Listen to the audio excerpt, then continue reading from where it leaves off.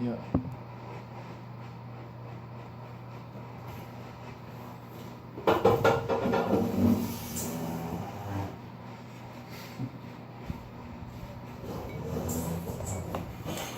So, good evening, Dr.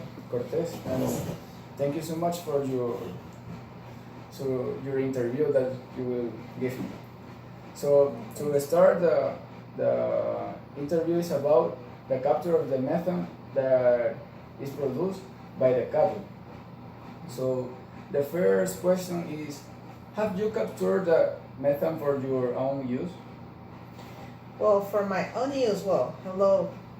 I will start with this interview with saying hello, and this is a very nice topic, especially because we are talking about one of the most beautiful renewable energies technologies, that is the biodigesters and anaerobic digestion. That is the one, oh, this is the technology that helps you to capture the methane, to capture the biogas that is produced as a result of the degradation in environment without oxygen of the organic matter. Mhm. So you can capture the methane and you can use it for energy purposes.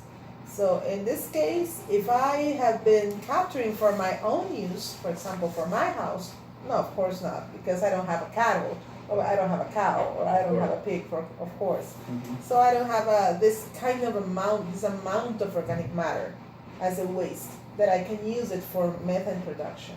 But I have been working with another projects and helping to other people to build their own digesters in order to capture the methane, in order to use it for energy purposes, for example.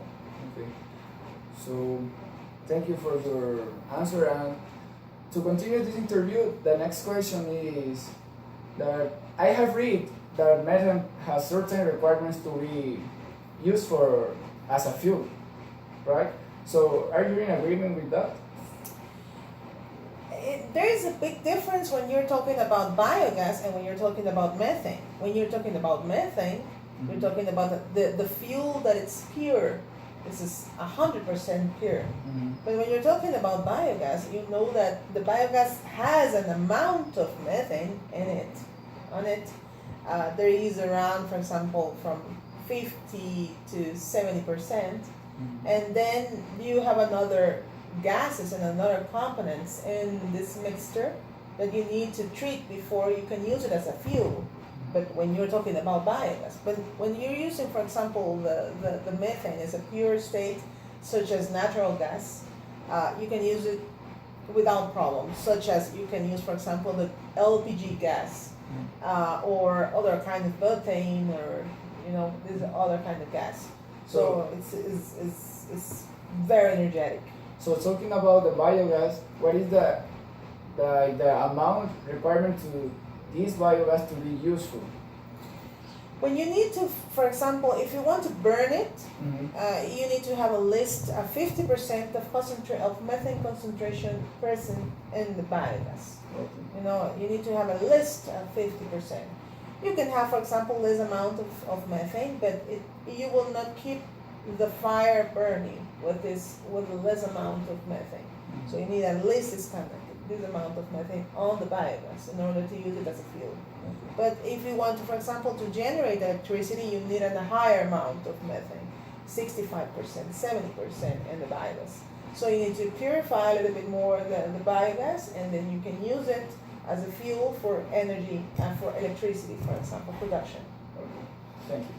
So, and the next question is, according to your experience, what are the best methods for capture the methane of the cattle, of specifically talking about the cattle, that you have used, or do you study that method something? Of course, you need to build digesters. There are many designs of digesters. The digesters depending on the amount of organic matter that you have. If you have a lot of cattle, you can have, for example, these big, huge tanks of steel, stainless steel that are used, for example, in Europe and other big places. Mm-hmm. But if you have a small amount, for example, if you have just one cow or two cows at home, you can use some digesters that are mixed. They're like a big bag. You can put it in the backyard, and you can use it, the biogas that it's produced by this kind of manure that it's produced from cattle. The thing is, like, if you have, for example, cattle that it's that you are feeding this cattle in an open grazing procedure or method, you will never have the amount of people that is going to be recollecting the manure from all around in order to collect it into digesters. It's too expensive. So first of all, I say that you need to have, for example, this cattle into confined methodology, for example, into pens, and in order to collect all this manure and use it for biogas production. Otherwise, it's too difficult. If you have an open grazing procedure, you will never get the methane. So it will be released to the atmosphere, because you will always have all this manure is going to be decomposed on the grazing and on the field, and the methane is going to be produced, but you will not be able to capture in order to use it. For example, I saw like a personal or a small digester that is put in the back of the cow. I don't know. I tried to search about something like that, because I only saw a picture. But what do you can tell me about that specific? Well, it's not. This is an amount. For example, these are devices that are used for research purposes, because you're measuring the amount of methane that it's produced by breathing. There is a methanogenic breathing on cattle specifically, and it's because of the kind of digestion that are taking place inside of the cattle. So most of the procedure, it produces methane as a result of this breathing. I don't know how to say it is.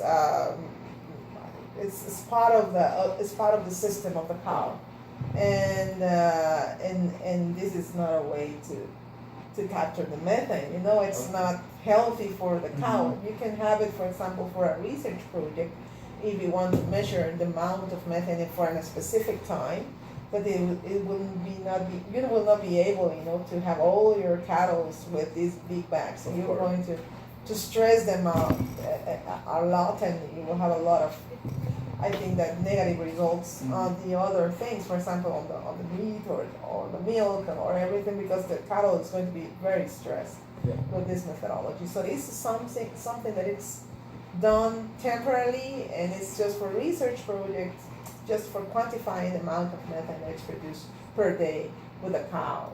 Yeah, that was just for curiosity. Okay. Okay. Do you think that this type of fuel could be used to replace the butane fuel in the totality in the future? Of course. I think that if there is one thing that is not going to be a lack of it, are the organic wastes. Even if you don't have water, even if you don't have wind, you will always have wastes. And if you have organic wastes, you can definitely have a source or a feedstock for methane. So I think that maybe we should be thinking about how can we implement and integrate the biogas and the methane into our system, because the thing is, or the reality is, for example, here in Honduras, we are not prepared to use gas as a fuel. Otherwise, a different gas, for example, from LPG that are used and put it into cylinders, but for example, in countries such as United States or even in South America, Ecuador or other, that they have, for example, or they already have the piping system for gas into their homes. As for domestic use, it's easier. You can have a centralized plant that can be producing biogas. You can collect all these organic wastes and put it into some place, and then you can produce the biogas for distribution into the different communities. Okay. Yeah. into the system, but you need to have already the infrastructure that is prepared for use a gas as a fuel. And the thing is that here in Honduras, we don't have the infrastructure. We are prepared to use electricity, but we are not prepared to use, for example, gas as a source of But that is something that is possible in the future. It could be possible, but the thing or the reality is here in Honduras, for example, I'm talking about Honduras, is that because we don't have natural gas as a part of our natural resources here in this country, so we are not thinking about that this is going to be our source of energy in the future. So I think that maybe in some places you can have it. For example, rural places as a decentralized, for example, methodology for giving energy to these communities. Instead of using firewood, you can use biogas, for example. So the next question is that with regard to the environment, could you tell me the benefits we get to not let escape this gas to the atmosphere? Well, of course, besides the energy production, second place on greenhouse emission gases, the second place is taken by agriculture, and mainly because of the cattle. And of course, this is related to the manure, mainly, of course. And this is not just the cattle, but also, for example, the pig manure and other kind of animal breeding, that you have here in agriculture. And this is the second place of gas emissions, greenhouse gas emissions productions. And I think that when you are putting into the air and putting into the atmosphere the methane that has a potential that it's 28 higher potential of heating compared to the CO2 that there is the carbon dioxide. Of course, that the impact on the future is going to be very high. So if you can capture this methane, use it as an energy, you can just even if you just burn it into a place, because you don't want to release the methane into the atmosphere and transform it into CO2, you will have a less impact, a smaller impact compared to the releasing of the methane into the atmosphere. That is very important. So, exists any law or agreement, international agreement that promote the capture of the methane of the? Well, there are many protocols, international protocols that are led by the United Nations. The last climate change Congress that took place in Paris last year, they had many agreements regarding to the reduction of emissions all around the world, and this takes into account, for example, the capture of this methane.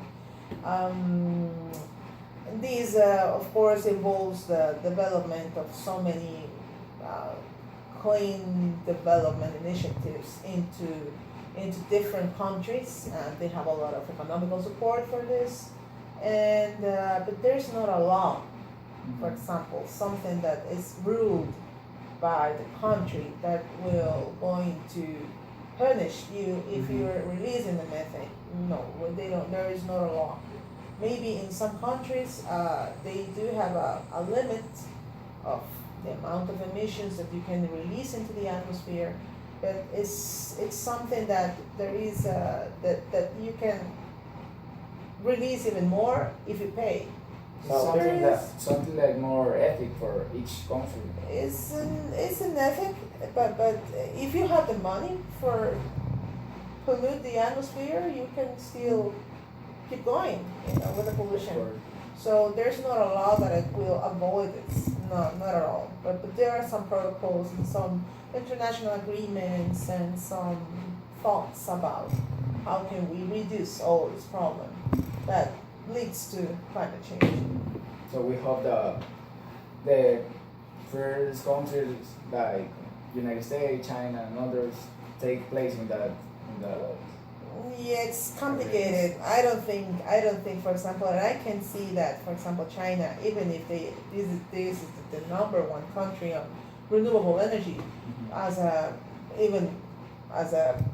producer of this technology and even implementing the higher amount of projects and the huge projects of renewable are in this country, but the population is as big as is the biggest in the world, and of course the energy demand, it's not going to be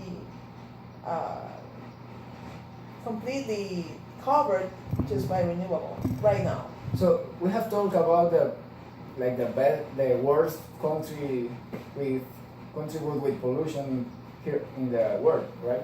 But what will the best country that use the most advanced the technology for reduce the contamination of methane or capture the methane? Capture the methane, I think that this is not a popular technology right now. I think that one of the biggest projects I saw some of the biggest projects in Europe, mostly in Germany.